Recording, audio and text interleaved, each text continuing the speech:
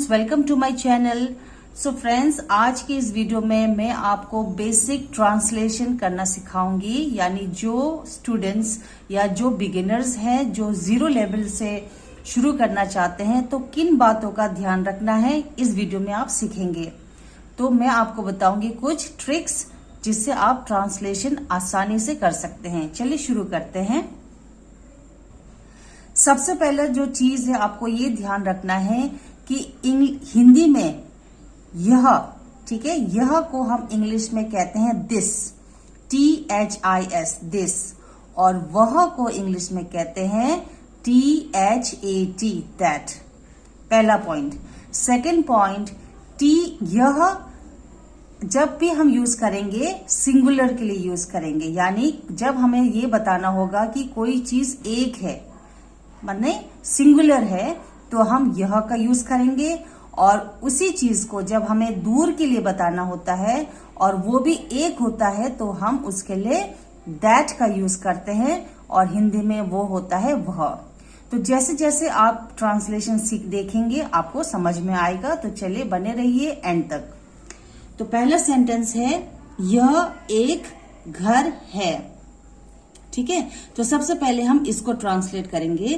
तो ये हो जाएगा दिस। ठीक है, दिस है दैट इज, इसका मतलब है ये प्रेजेंट टेंस में है। तो है का ट्रांसलेशन हम पहले करेंगे, पहले इसका करेंगे फिर इसका करेंगे। सो दिस है का होगा इज, ए का इंग्लिश ट्रांसलेशन होगा अ। ठीक है, अ का मतलब होता है सिंगुलर, एक। सो दिस इज अ, क्या है, घर। So this is a house. ये बन गया आपका पहला sentence, this is a house. चलिए दूसरा देखते हैं। यहां पर है वह, है ना, तो वह के लिए हम क्या कहेंगे, मैंने बताया आपको दैट। सबसे पहले आपने दैट लगाना है। अब है का लगाएंगे। अगेन ये क्या है, प्रेजेंट में है। सो दैट, इसके लिए भी क्या आएगा, इज, दैट इज। अब इसका ट्रांसलेशन करेंगे। मेरा, मेरा होता है माई, दैट इज माई, भाई ना, तो brother, BROTHER, that is my brother. ठीक है, समझ में आ रहा है। नेक्स्ट, यह मेरी किताब है। यह यानी दिस पास में है, तो इसीलिए दिस है का इज, मेरी, माई, और किताब को क्या बोलते हैं, book. This is my book. वह मेरा दोस्त है। अब यहां पर वह के लिए मैं दैट इज माई फ्रेंड भी बोल सकती हूं। अगर ये नहीं तो मैं ही भी लगा सकती हूँ। अगर मुझे जेंडर पता है तो मैं यहां पर क्या लिखूंगी, दैट इज लगा दूंगी, इज माई, दोस्त को क्या कहेंगे, friend. So that is my friend. ठीक है, नेक्स्ट, यह मेरा विद्यालय है। यह यानी पास में है ना, किसी को आप दिखा रहे हैं। सो हो जाएगा दिस, यह का ट्रांसलेशन हो गया दिस। अब हमने किसको ट्रांसलेट करना है को। जब है होगा प्रेजेंट में तो सीधे सीधे आप इज लगा देना।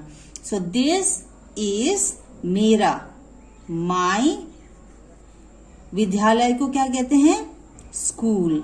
So this is my school. ये बिल्कुल बिगिनर्स के लिए है, जो बिल्कुल ट्रांसलेशन करना सीख रहे हैं उनके लिए है, ताकि आपको ये पता होना चाहिए कि कौन सा वर्ड के बाद कौन सा वर्ड का ट्रांसलेशन करना चाहिए। ठीक है, नेक्स्ट, वह एक गाय है। वह यानी दैट, तो सीधे सीधे यहाँ दैट लगाएंगे।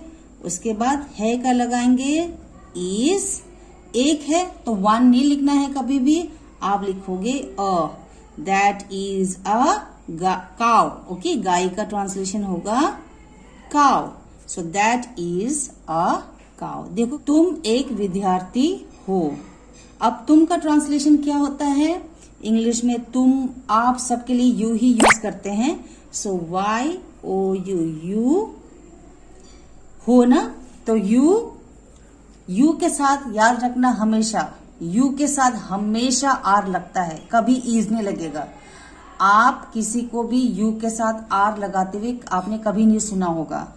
तो यू के साथ भले सिंगुलर है लेकिन आप लगाएंगे आर, ठीक है। सो यू आर, फिर एक के लिए क्या आएगा? और विद्यार्थी student, you are a student.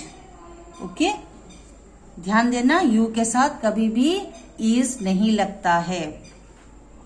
Next, यह एक हाथी है।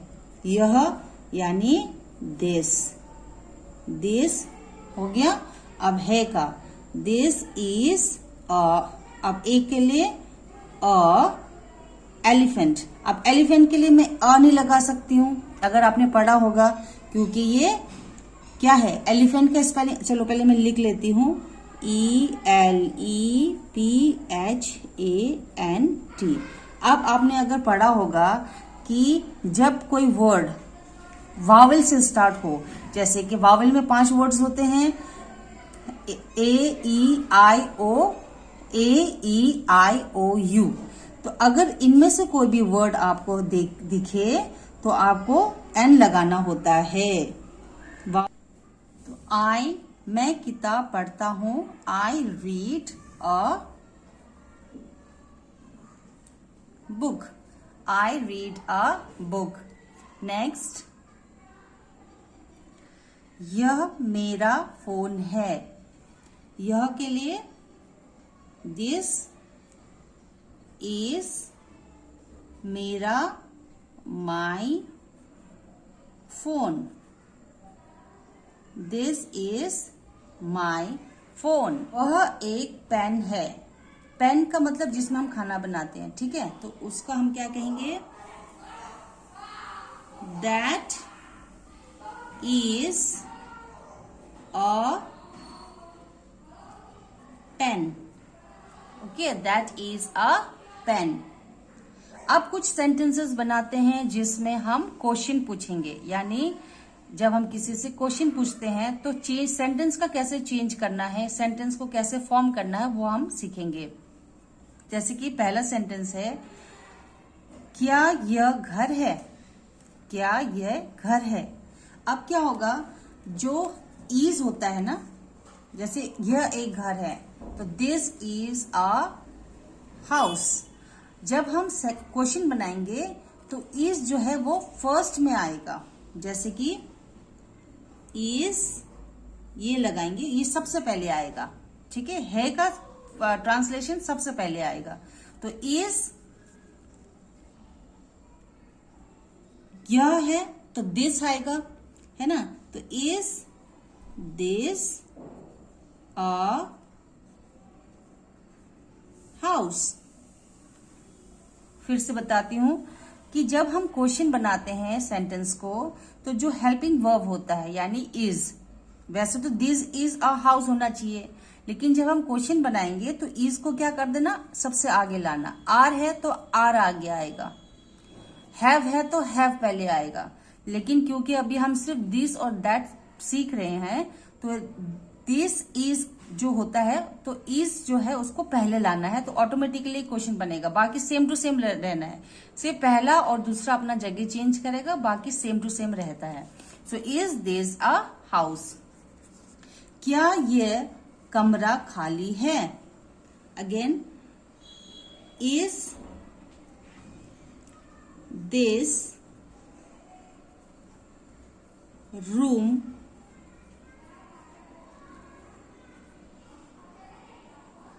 वैकेंट? खाली को वैकेंट कहते हैं। So is this room vacant? क्या वह एक आईना है? अब यहां पर कौन सा वर्ड यूज है? वह यानी दैट। तो हम क्या करेंगे, इज तो रहेगा क्योंकि है, तो इज आएगा that. Is that a mirror?